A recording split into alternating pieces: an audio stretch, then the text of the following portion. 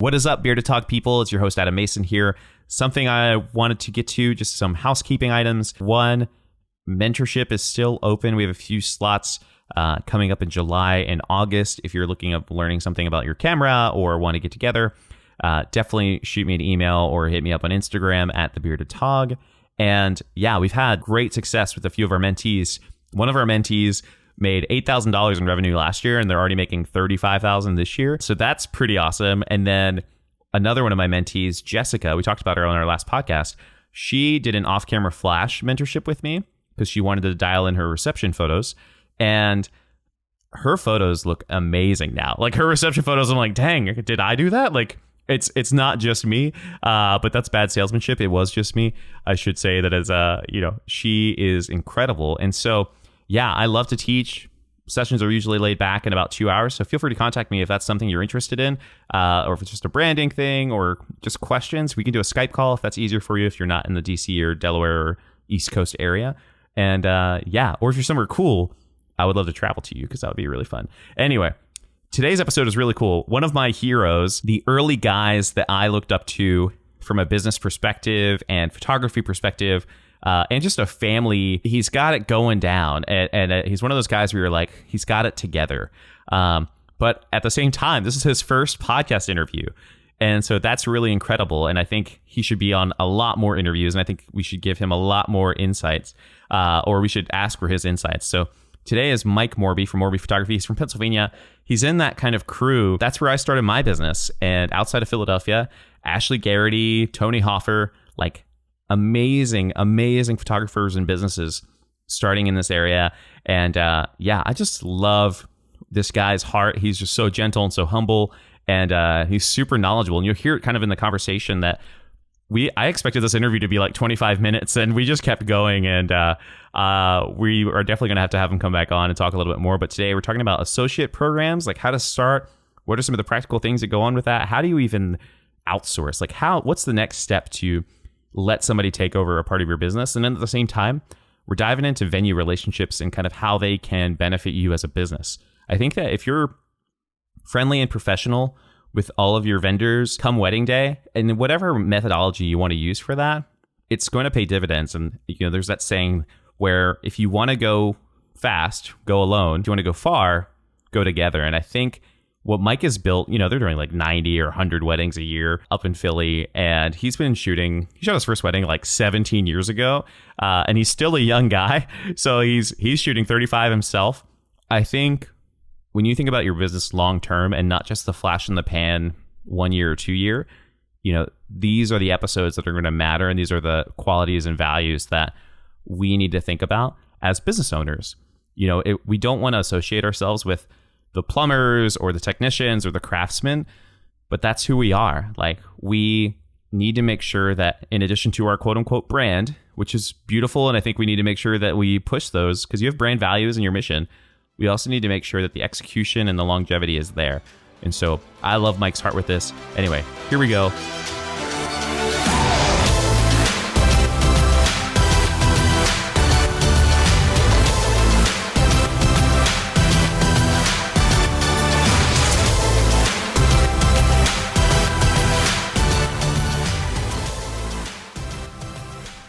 Mike, how's it going, man?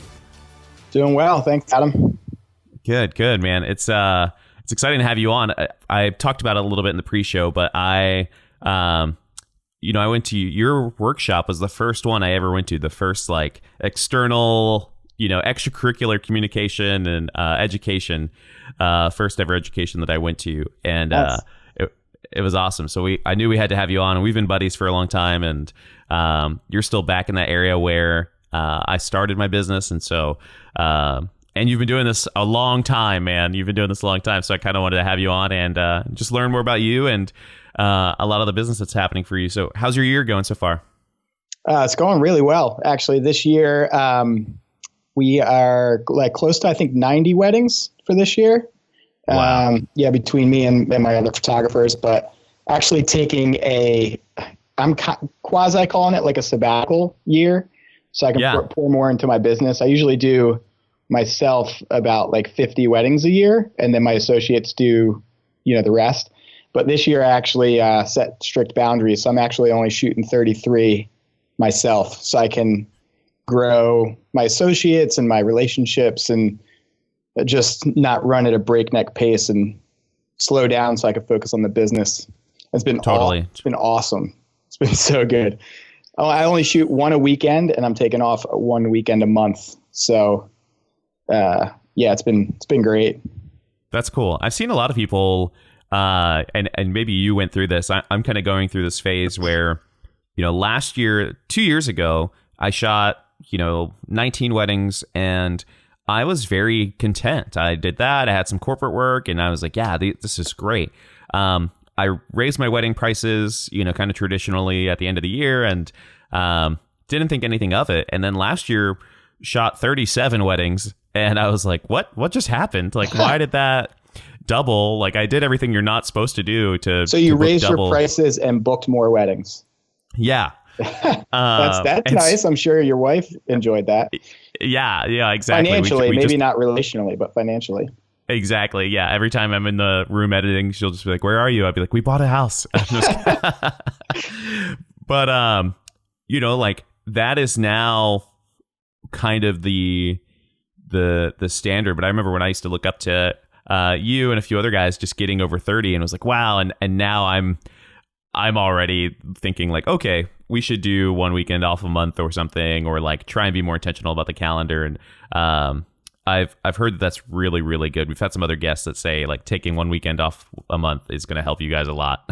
Yeah, it totally does. I'm thankful for the years of like 45 to 50 a year. And I don't mind it all that much. It doesn't feel like it makes a huge difference if I'm doing 35 or 50, but yeah, it's just helpful to be able to, scale back and pour into other areas. But with that, some people only do like 10 a year, and they're like, that's my cap.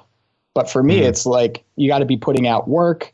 You got to be interacting with vendors and venues and building relationships. And every wedding you shoot is a potential for more referrals. I've never completely understood that I'm just going to do 10 weddings a year and that's it, because I feel your business will go stagnant with that. But yeah, the people that do like 60 on their own, now that's just crazy. But I think that that 40 to 50 really helps grow your business. All my growth came because of being out there so much and my, skill development and relationships. So I wouldn't trade it, but I think, once you get to a certain point, then scaling back, and it's very intentional. Like the reason I'm scaling back is so I can focus more on growing the business, which kind of sounds counterproductive. I'm scaling back to grow the business, but I want to grow it from an associate standpoint more so. And the only way for me to do that is if I lighten my load, so I can pass more off to them, develop them, all that sort of stuff. Totally. It's like that working on the business versus working in the business kind of deal. Yeah. Giving you time to like, okay, let me work on the plane now that it's in air while other people are flying and making it happen.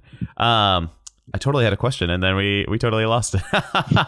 I think there's value. This is what I was thinking of, is the doing so many weddings, doing even people over 20 or 25, I would probably say like, is definitely like a good fit. And I think something for you and myself and other folks who are doing just a high volume, there's something about momentum, while you're still quote unquote building, and when you have this momentum, it makes it easier for, if you have a handful of weddings that maybe you didn't get any referrals from, maybe they didn't have any traction, or it's just they kind of fell flat, that, the percentage of your total weddings, that's gonna help more or affect less, if you will, when you have a lot more weddings. Whereas if you only take 10, if 3 of those don't refer anybody, you're like, well, yeah, totally. And if sorry, go on.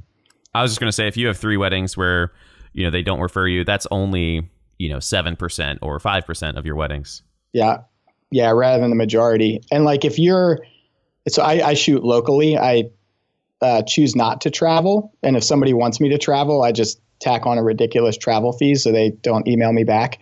But it's, yeah, I had somebody want me to go to Pittsburgh, which is only like 4 hours away. I'm like, oh, that's $2,000 travel. And I didn't get an email back. I'm like, sweet. I don't have to go to Pittsburgh.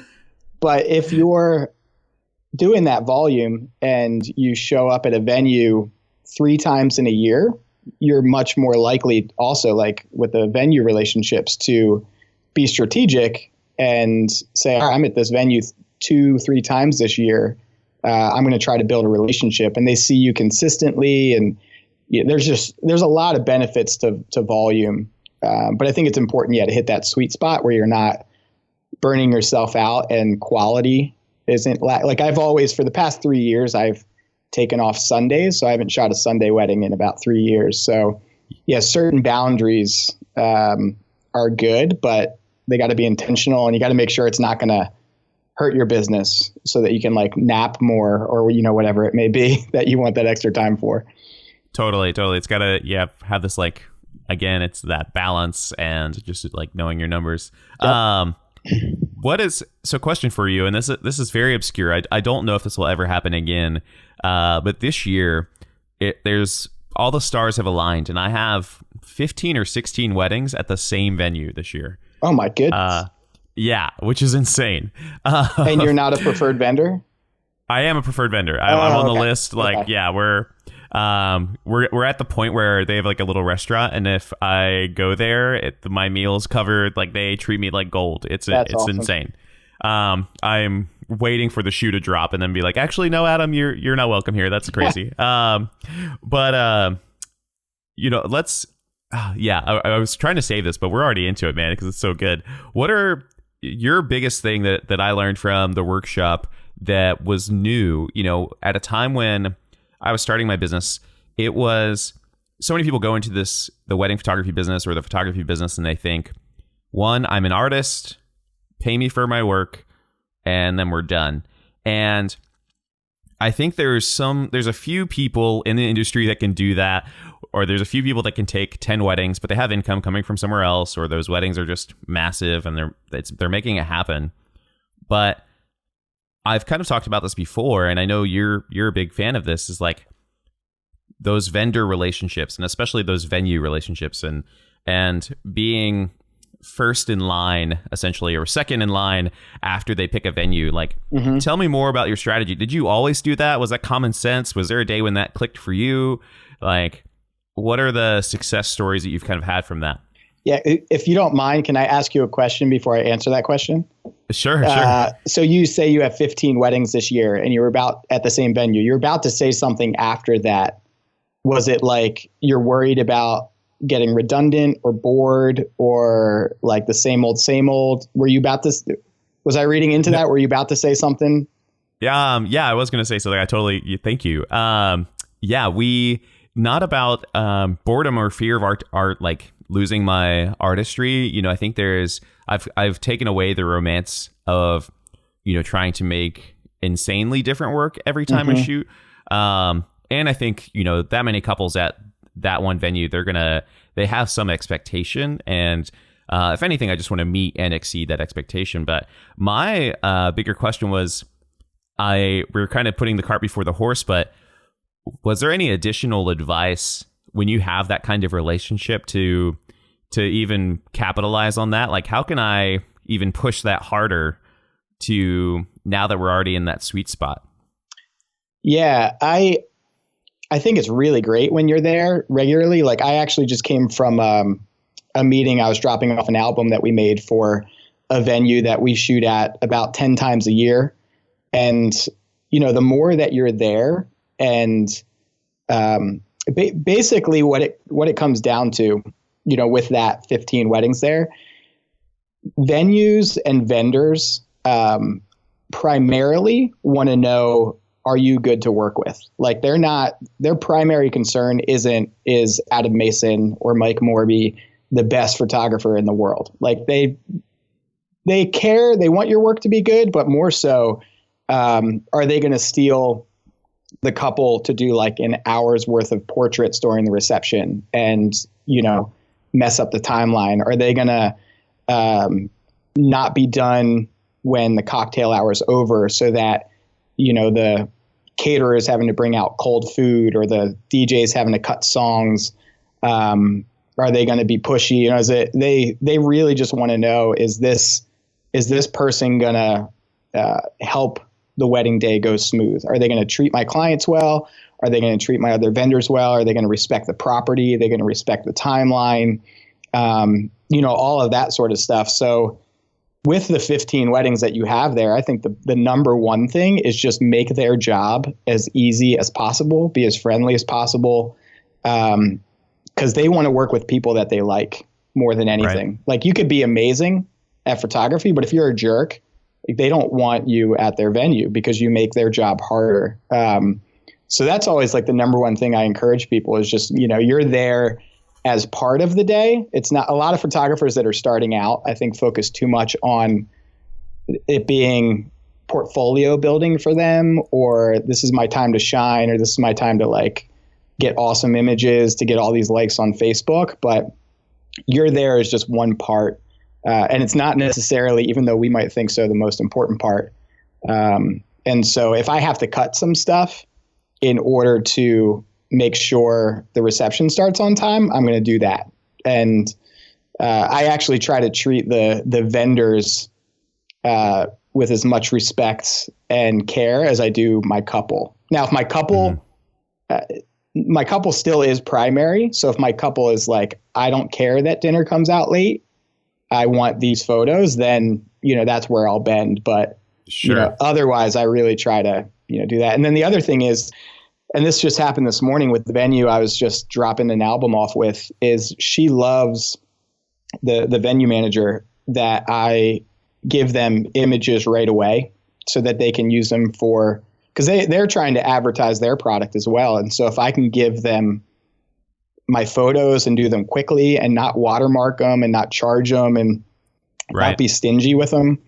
Like, if they post a photo and they don't credit me, I'm not going to email them and say, hey, I didn't get my credit, because credit on a photo is nothing compared to that relationship with them. So exactly. They can post all they want without, I mean, I'd prefer a watermark, but I'm not going to cause a huff about it. And I'm going to get them the images quickly, you know, all of that sort of stuff. So yeah, I just think it's really, really important. And kind of going to your point of, you might have, like, if you shoot 10 weddings, you know, maybe only one of them will give you referrals. I don't know if you remember from the workshop, I'm a huge fan of Malcolm Gladwell and his book, The Tipping Point. Yeah. And he talks about 3 types of people that help brands or businesses tip. And it's the mavens. It's the people that know everything about everything. You know, that person that you go to when you want anything, you want to buy a car, you want your, you know, to plant a garden, you go to that one person that you knows everything. Sure. So those are the mavens. You have the salespeople that can sell anybody anything. And then you have the connectors. Those are the people with like 2,000 plus friends on Facebook. And looking at, so we have close to 90 couples this year. And I hope that a few of them will fall in one of those 3 categories, because those are the go-to people. So that's like when somebody posts on Facebook, hey, I'm looking for a wedding photographer. The salesperson will comment and rave about Adam Mason. You got a book, you know, and totally sell you. Right. Or that connector, you know, you post their work on Facebook, and then you all of a sudden get like 1,000 blog hits that day. Like, that's the connector. Like, they're connected with a lot of people. So you just kind of hope you get a handful of those each year, and that helps really perpetuate your business. And you could probably think of them, right? Some of the people that you know, like, it's a family tree. You know, there's probably a lot of couples you can either link back to one couple or like one vendor relationship that's been paramount, you know, in the growth of your business. Totally. Yeah. And I mean, there's those, I love those weddings where there's like multiple couples that you photographed at the wedding. Yeah. And I always try and get a photo like with that family tree. Yeah. Just to be silly and fun. And you post it online too. It's like what marketers call social proof, you know, and it's like, listen, not just one couple hired me, these 4 people, these 4 couples or 5 couples or whatever. I think too, and something that was, you know, we were kind of leading on to that you helped me with, and this whole kind of vendor venue relationship thing is is honestly just a mix of humility and service, you know, and it's easy for us. Every vendor is thinking, hey, it's about the flowers, it's about the cake, it's about, you know, whatever. And we very easily could make a case like, listen, guys, it's about us. We easily could do that. But I think it's refreshing in the industry. And then at the same time, you know, a DJ is going to remember you if you served him and you know, you're super friendly and said, hey, like, how are things going? What's the timeline looking like for you? How do you feel about that? You know, and I think too, people, you know, or photographers would be nervous. Like, well, what about sunset photos? And I think the way you get in front of that is just communication, just talking to the venue, talking to your couple. Hey, if this is something that you are really interested in, let's make sure that we know that catering is going to come out, or, hey, let's do it while you guys are supposed to be eating, you know, like, let's find those times. And I think, you know, not being, you know, letting the couple in the venue kind of let their voices be heard during that process is the best thing you can do. You know, like, that's the basis of it. And not just being like, oh, I really, like you said, like, I want to get these photos for my portfolio, because the reality is that it's not about us. And, you know, the artwork will, you know, attract, but like, if there's nothing behind it, if there's no character behind it, then it's not really going to. Because they might see this epic sunset photo that you took, but if you put them through hell to get it, every time they look at that photo, they're going to remember how like crappy it was to get that photo, and they won't like it. And if they're a good DJ, a good caterer, and if the couple says, you know, really, really important to me is a really nice sunset photo, if the DJ and the caterer want to serve that couple as well, which usually they do, they'll make sure to be like, okay, you know, let's work that in. So it's asking yourself, is this for the couple, or is it for me? Right. And if it's for the couple, everybody, from what I've seen, is willing to make it a priority as well. Going on your point there with the DJ communication and then being involved, I remember clearly a wedding back in, I want to say like 2011. I asked the DJ if it was okay if I took a couple formals out in the lobby, because the couple wanted them. It was on their list. And he looked at me like shocked. He's like, oh, wait, you're the photographer and you're asking permission to take some photos? And I was like, yeah, I just want to make sure you don't have something coming up. Which surprises me. You know, I don't interact with a lot of photographers actually on the day, so I don't see how they act. But it surprised him that I actually asked him for permission, and he put me on his list, and I've gotten a ton of referrals now from him just because I simply asked to go into the hallway and take some photos. People just, they love that. Totally. It's, really important. That's something, it's not even manipulative, but it's like there's got to be a book on it that maybe you and I have read or something, but like you're giving somebody authority when you ask permission. And you're saying, hey, DJ, like, I'm going to let you be in charge of this potential timing thing, or at least like the next decision in the flow chart. You know, if he says, hey, no, or he says, hey, can we wait until after XYZ? And then we relay that to the couple or whoever, and we kind of like navigate that, versus saying, you know, I'm the captain, let's go. You know, bye, Felicia, or the DJ like not knowing where we're at, and he's like, I guess I'm just going to play music, or I'm just going to figure this out. And I always joke with vendors on the wedding day. I'm like, hey, we're a team, like we're in this together, like whatever you guys need from me, let me know. And you know, something that I've been doing too, is I'll email the vendors like the week of the wedding and just say like, hey guys, I'm Adam, like I'm looking forward to working with you guys. I will be sending you photos. Let me know if there's anything I can do to help you guys out. You know, there's some balance. You know, I've had a few wedding planners that, man, I'm not sure if I should say this on the podcast, but there are just, you know, their vendor relationships are going to be super important. And I think if you want to work in this business for a long time, or any business, it's, you know, you're in the people business, right? Like that's the main goal. I want to kind of turn the knob a little bit tell me a little bit more. You've been shooting for a long time. When was your first wedding, and how has kind of the industry and how have you changed, from then to now?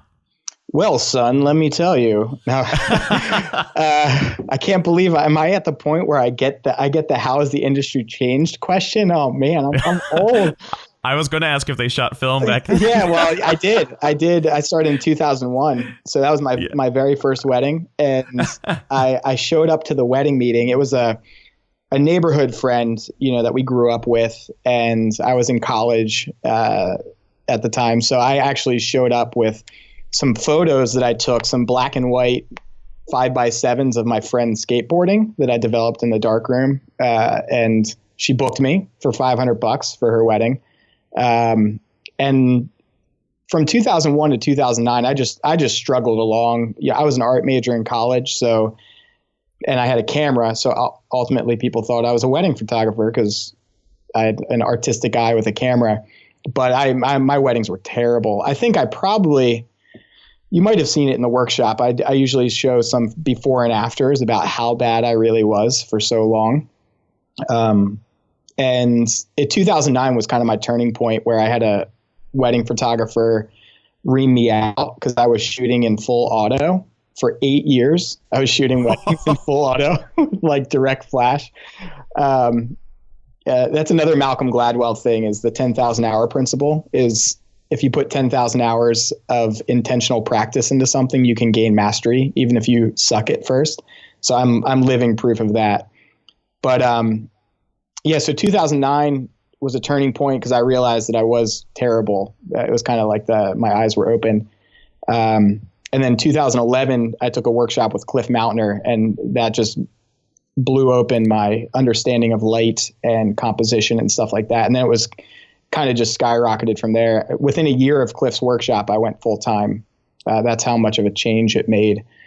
But as far as change in the industry, I can't speak to it too much because I think from 2001 to 2009, I was only doing like 3 or 4 weddings a year.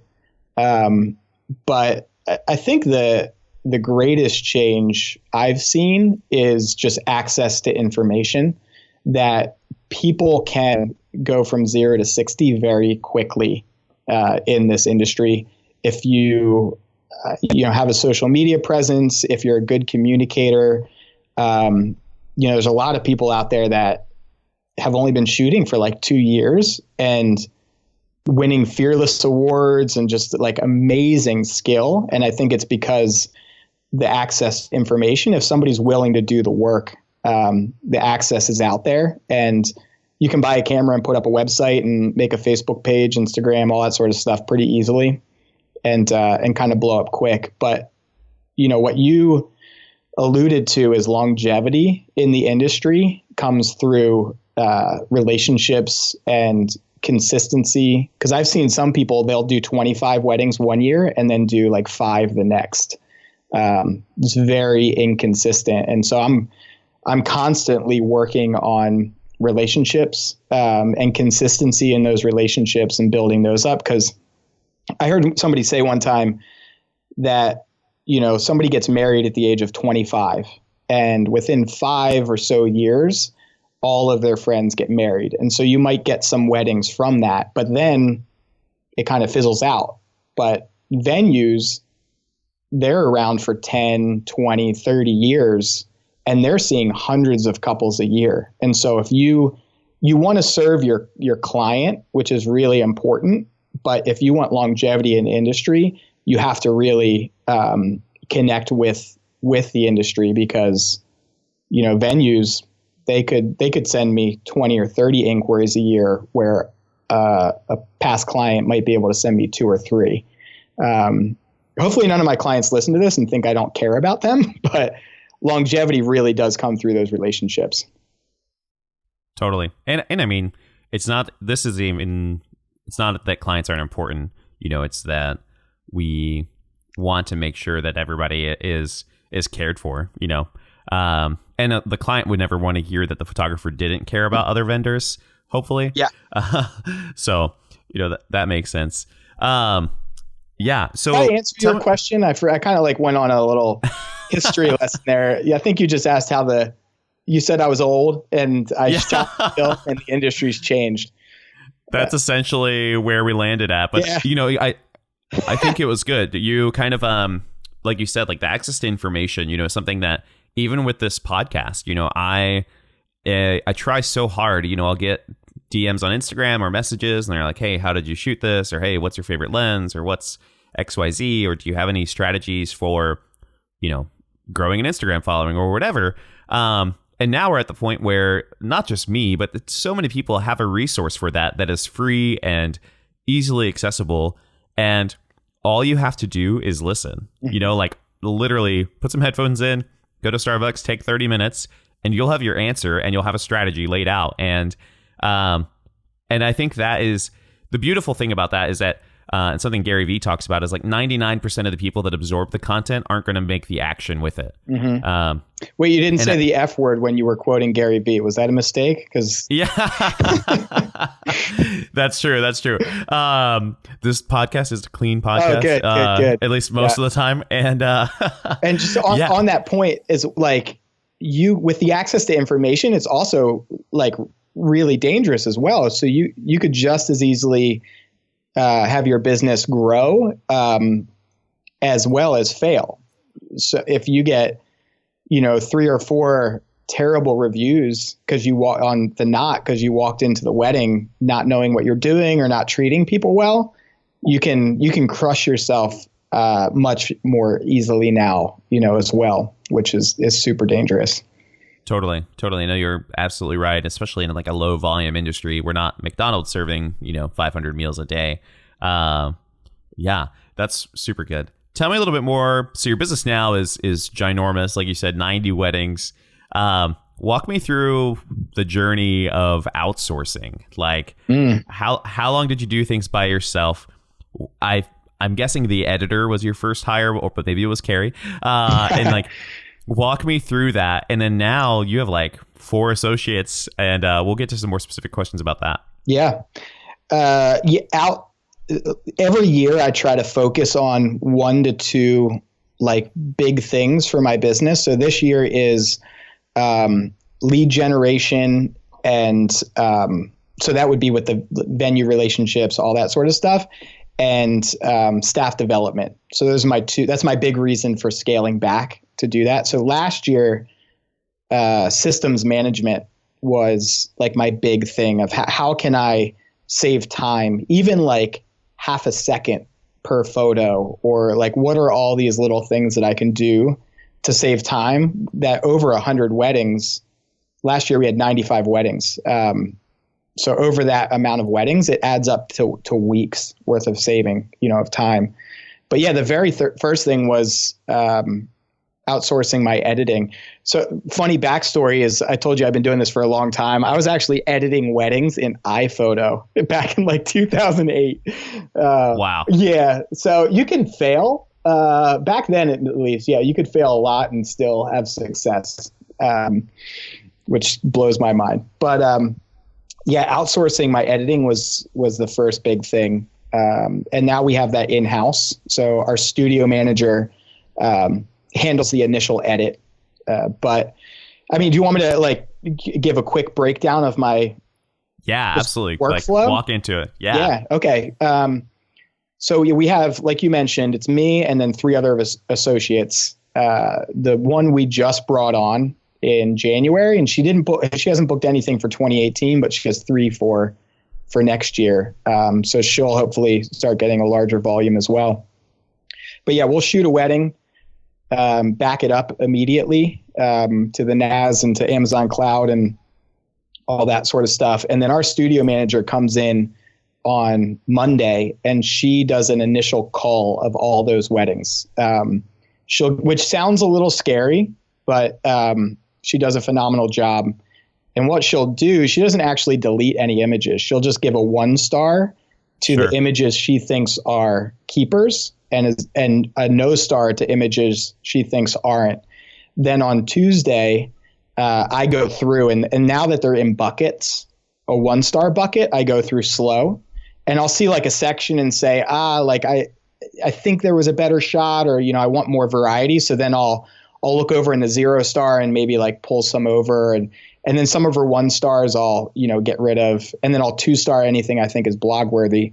So I go through the 1-star, it takes me like 45 minutes. And then I'm able to go through the 0-star in like 15 minutes, because I already know like what else am I looking for. And certain sections I'll slow down a little bit in the 0-star.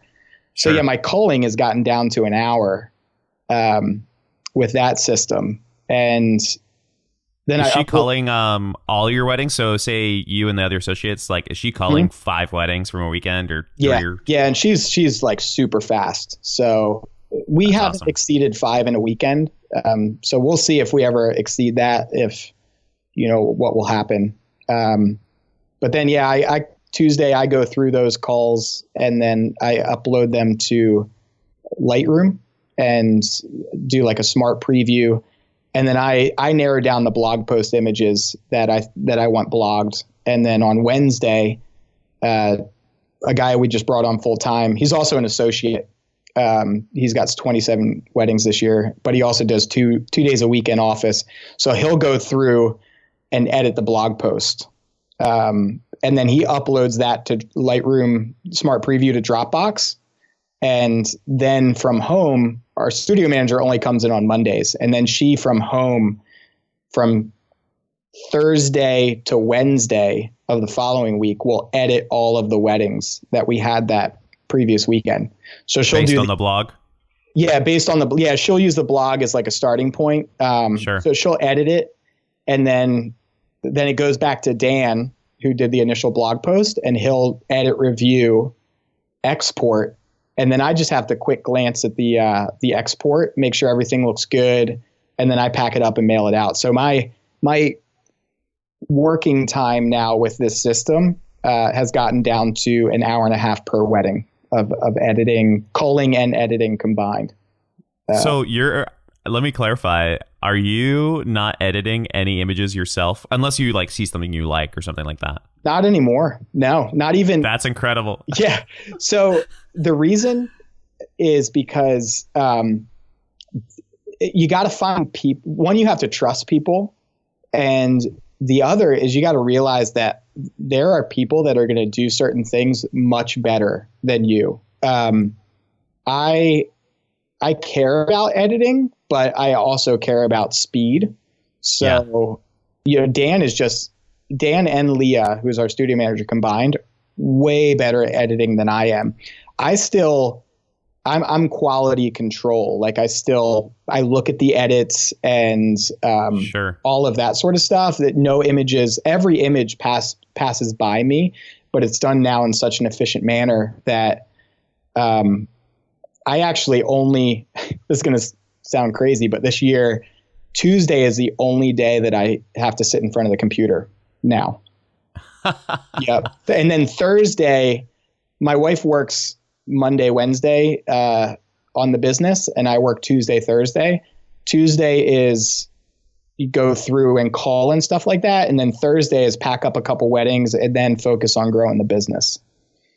Awesome. Yeah, it's been great. I used to work until like 2 a.m., 3 a.m., and I haven't worked a night in a long time now. Now, obviously, my profit's less, but the time that I get back and the way I can grow my business now because of the offload is, and when we're putting out a better product than we've ever put out, because I have people that can do it better than me. Sure. What were some of the, were you ever a person that was, sold on your editing? And I think that's like the number one thing is, can somebody adopt my style? And, even if you gave them, your basic editing presets or information, all of that stuff, like, what was that feeling like? Or did you not have that feeling? You said, all right, were you kind of not romantic about it? So it kind of goes back to the fact that I sucked for 8 years at photography, and then I got better. I think anybody can be trained and taught, no matter their skill level. And so with editing or whatever it may be, I kind of take the approach of nobody's going to be perfect day one, but they'll grow in it, especially if I pour into them. And hopefully, like in Dan's and Leah's case, they'll exceed where I was. So yeah, editing is a really big thing for me, but with freeing up so much of my time, I'm able to spend time like training and equipping and giving feedback, and all of that sort of stuff, that it just naturally progresses. And then Leah, all she does is call, edit, and album design. And so she's so focused on a small area that she can really pour into that area and excel. Dan is quality control and systems management. We're kind of dorky. We have all these titles. I love it though. That's awesome. So he's able to excel in that.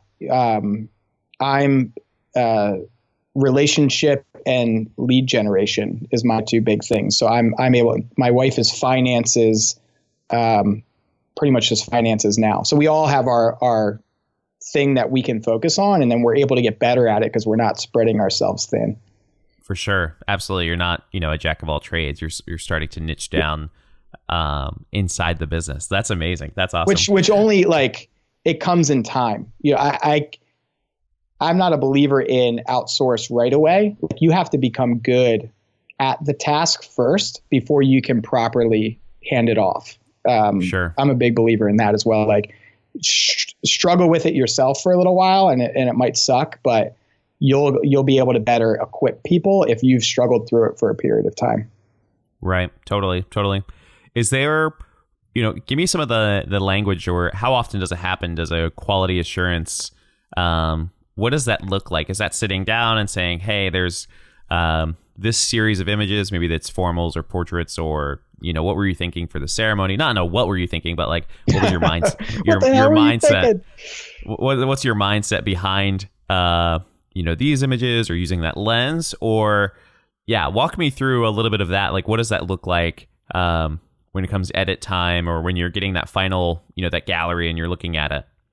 Yeah. One big thing is I only will give feedback on 1 to 2 things tops at a time, and even for a season, because I don't want to overwhelm anybody with a ton of things that I think they need to work on, because then they won't excel in any of them. They'll kind of just overwhelmed and struggle with all of them because it's just too much. So anytime I am giving feedback, it's the most glaring thing. So with editing, it might be white balance or cropping, so that they can work on one thing, and then I'll always reinforce that with, here's what you're doing well.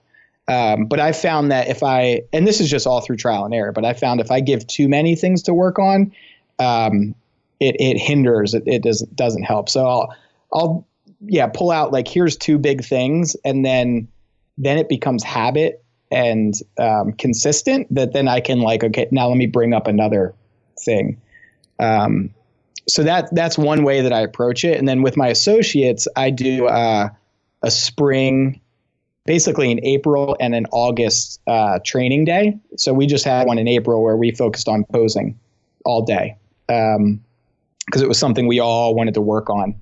And then every other month, I'll sit down with each of them individually and spend an hour going through a recent wedding, and again the same sort of thing of let's focus on 1 or 2 big things and work on that, and then focus on some other things after that. So that's kind of how I do it. And I'm still looking at all the weddings.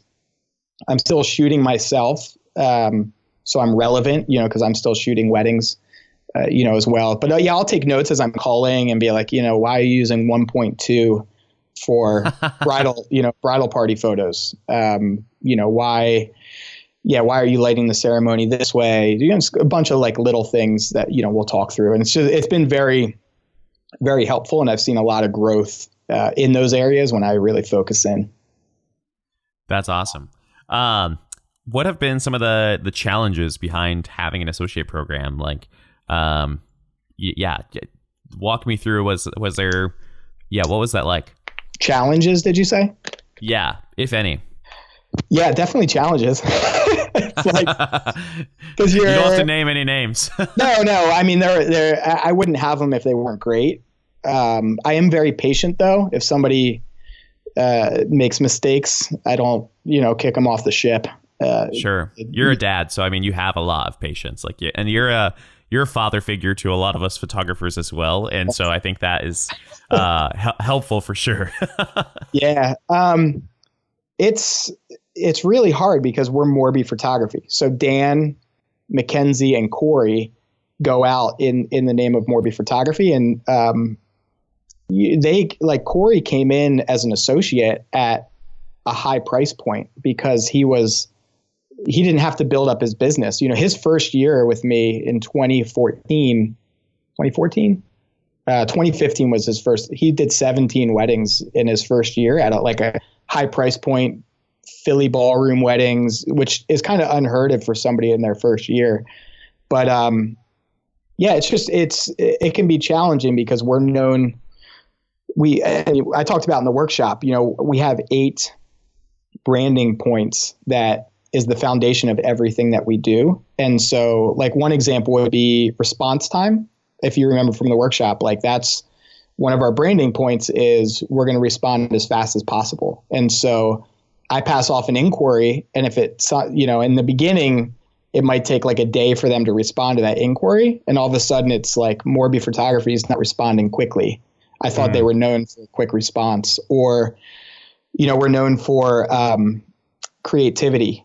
And I was an art major, but Daniel, Mackenzie, and Corey weren't. So it didn't come naturally to them. And, use of light, just certain things are challenging. I have a certain standard that I have for my weddings, and, I hope that they do for theirs as well. Corey's very introverted. And so I have to constantly, not as much anymore, but I had to constantly coach him. You have to talk to your couple when you're posing them. you gotta tell them what you're doing and not just say, stand over there. Certain things of, how do you communicate with clients on a wedding day? How do you interact? Where Dan is the complete opposite, where he's very detail oriented and very involved. So I had to be you got to scale back.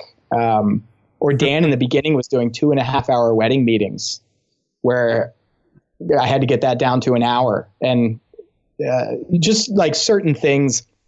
And you get some feedback. I would say 99.9% of it has been positive. And then there's that sliver that's been negative. But I look at it and I just say to myself, would I want to trade? Would I want to go back and have all of the control, or lose some of that control and have the business that I have now and the freedom I have now? And I every time will choose, some things might slip, but it's far more worth it than me doing absolutely everything myself. Totally. Just kind of a fun, practical question for the last kind of guide is, obviously neither of us are financial professionals, but walk me through just how you guys, you don't have to go through the whole scenario, but how are some of those guys contractors? Are they W-2 employees? What does that look like? And then at the same time, are you still, hardcore in Tave, your systems management? What does that look like as well? Yeah. So they're all, the associates and our studio manager are all employees. And then the studio manager, her salaries are based on the amount of volume that we're doing. So she's paid according to the amount of work she's doing, but the associates get paid according to the amount of weddings that they shoot. And then they get half of their base price is their pay per wedding. So for Dan, he just came on full time April 1st, but part of the deal was he's got to be able to book 28 weddings a year for us to pay him a full-time salary. Sure. So every April, so he's got 27 this year. He only came on in April. So 27, he's actually exceeding what he needed for this year. Yeah. Cause it's condensed down to, what is that? 8 months. But yeah, it's just, they get paid half of, so deposit comes in, they get half of the deposit. And then, when the balance comes in, they get the rest, but it's always half the base price. And then other incentives, like they get 5% of album sales. They get half of the engagement session cost. They get the travel fee if they have to travel, all that sort of stuff. That's cool. That's really systematized. I love that. Yeah. And they're happy. The other thing is, like, I have every one of the people that works for me is like, they're all stars. And I don't say that just to like butter them up, but the quality of people that I have working for me, I just could have never fathomed. 'Cause you hear about businesses that have a lot of struggles with employees. But so I'm constantly evaluating things, and I'm always asking myself, like, why did I get so lucky? And I think it comes down to, if you pay people well and you treat them really well, and I try to offload as much responsibility from them as I can. So I'll still do all the timeline phone calls. I'll handle a lot of the questions via email, all that sort of stuff. That they're like Corey. This is his 4th year with me as an associate, and he has no desire to ever start his own business because he loves the fact that he just has to have a wedding meeting and shoot the wedding, and that's it. And then everything else is taken care of. So I think you can get really, really quality people as long as you don't take advantage of them, treat them well, pay them well. Sure. And I guess you gotta know the expectation. A lot of people think, I'm going to be a wedding photographer, I have to work for myself. But for Daniel's case, or we know a few other photographers that have associates, and it doesn't have to be that way. You can have a full-time job at a photography company that's still small and boutique. And, I'm sure Dan's photos still look like Dan's to some extent, but at the same time, they also align with Morby. And, that's something that a lot of people didn't think about years ago. And, and for Corey's case, if he is better at shooting and happier when he's shooting, like that's the dream too. Like, he's probably got it better than you and I do. He loves all the people he works with are jealous. And they're like, wait, you make how much money, and you just have to work one day to get that? Like, wait. And it's awesome to hear him say, things like, we're going on vacations that we couldn't have done before. We're going out to overnights in Philly that we couldn't have done before. And just the thought of just being able to provide for other people's families. Everyone that's with us is married. Daniel's the only one that doesn't have kids. And there's just such satisfaction in them saying, like our studio manager, just saying, grocery budget isn't tight because of this job. And, it makes me want to, Carrie's the more practical one, and I'm more like the heart, where I just want to keep giving them more and more money. But she's like, well, we are running a business. But there's just such satisfaction in that as well. Like, providing for other people's livelihood. It's an amazing pleasure. That's awesome. That's super cool, man. I love it.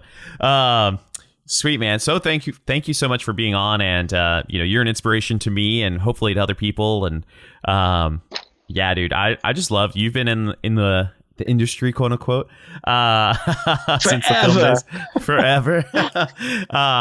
For a long time. And I think too is a lot of the guys that we interact with, and you represent, like, to me, you represent my roots, if you will, starting out in Pennsylvania and just that area. And those guys, I love just the family vibe of, hey, we want to just provide for our family. And I think the biggest thing, and I still to this day talk to you about this, and I think, and I don't mean this in a negative way by any chance, but after your workshop and talking to you and seeing how successful you were without the fame, honestly, like, the social media is doing fine, but it's not, you're not an Instagram star. You're not like the external side of your business. People have no idea that you guys are doing 90 weddings, and I think there's something about, like, just doing the work, putting your head down, running the business, and doing it the best you can. And, like, you're a really good business manager, and it's evident in the growth that you have. And I think a lot of people have this dream of, like, being a rock star, and we have those people. We know those people. Those guys, they have different lives than we do. a lot of them are on this podcast and they're amazing. We love them. But at the same time, you know, there's something about just it's hard for me to put my finger on, man, but you just kill it. I totally. So funny story. If you got a second here. Yeah. So you sent me an email saying this will be the easiest podcast interview you've ever done. And this is the first podcast interview I've ever done, which is hilarious. Yeah. What's the goal? You know, my goal is, I don't want to work myself into the ground. I want to provide for my family and I want to provide for others. And I want to stay local. I want to come home at night and wake up with my kids, you know, stuff like that. And yeah, I don't want to be, there's a romanticism too. I want to shoot in Italy and the Bahamas and Mexico.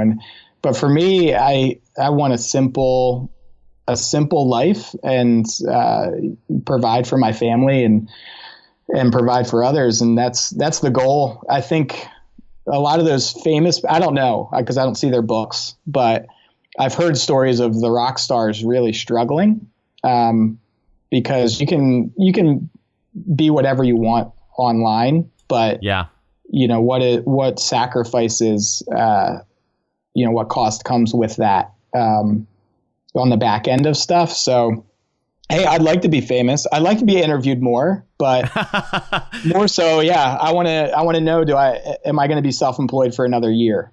Sure. Am I going to be able to keep up with my wife's renovation budget that she wants for our house? Yeah, those sort of things. In the end, we're all seeking joy and fulfillment, and for me, it's in simplicity of life. So as long as I got that, I'm cool. A couple people know of me, but that's Well, now, you know, like a handful more, man. Yeah, hopefully we'll have a handful more people. Yeah, your bajillion podcast listeners. That's the prayer, man, is that this episode will be the linchpin and we'll get the bajillion after the Morby episode. Yeah. And I'll start spelling out workshops in 1 second like Tony Hoffer. Heck yeah, man. Oh man, dude, this is kind of a funny story. So, and I don't mind sharing on the podcast because Tony's been a guest and he's incredible. And he's also he's a good friend. He's awesome. Yeah, he's close by, and he's also one of those Pennsylvania buddies that, like, you know, I looked up to starting out and still look up to, and I had the chance to go to his workshop. Like I didn't make it in the initial cut, and then and this is like a business lesson for everybody. He hosts this shooting workshop once or twice a year, and it, like Mike said, it fills up in seconds. And because I think it's only 10 or 12 students, like it's a very small class. Two groups of 10. Yeah. And he sent me an email and he's like, "Hey, we just had somebody drop out. Do you wanna get in? You know, we just need the deposits tonight, blah, blah, blah, all that stuff." And it was one of those situations where, looking back, I'm like, Adam, you're an idiot. Like, the money was an issue. We were ready. Like, we were trying to invest in education, and this is like the time to learn from somebody I've looked up to for a long time. And I had a wedding show that I was like, oh, it's on the same day. Sorry, man. And you know, I booked weddings, but I think this is like the theme of our conversation is like, I think I would be much happier this year if I had gone to his workshop rather than take those 2 or 3 weddings. And those 2 or 3 weddings are awesome people. They're amazing couples. But, you know, I think, one, I'd be a better photographer, most likely. And if anything, I'd have a more well-rounded knowledge. And, you know, so if you can, like, we talked about this in other episodes, but you know, you don't have to take every single wedding. Just take most of them. Yeah, just take what you need. Yep, exactly. Yep. Awesome, Michael. Hey, thanks so much for coming on. And seriously, hopefully this is the first of many interviews for you over the next few years. So yeah, I hope so. Thanks for having me on. Yeah, and if any of the listeners out there, I got a workshop coming up early August, and it's a business workshop. There's still some spots available for that if anybody's interested. Awesome. Absolutely, man. I'm going to link that in the show notes. And yeah, you might be hearing from me. I might have to stop by and, you know, refresh come and give me a big bear hug. Yeah, absolutely. Absolutely. Awesome, man. Dude, thanks so much for coming on, man.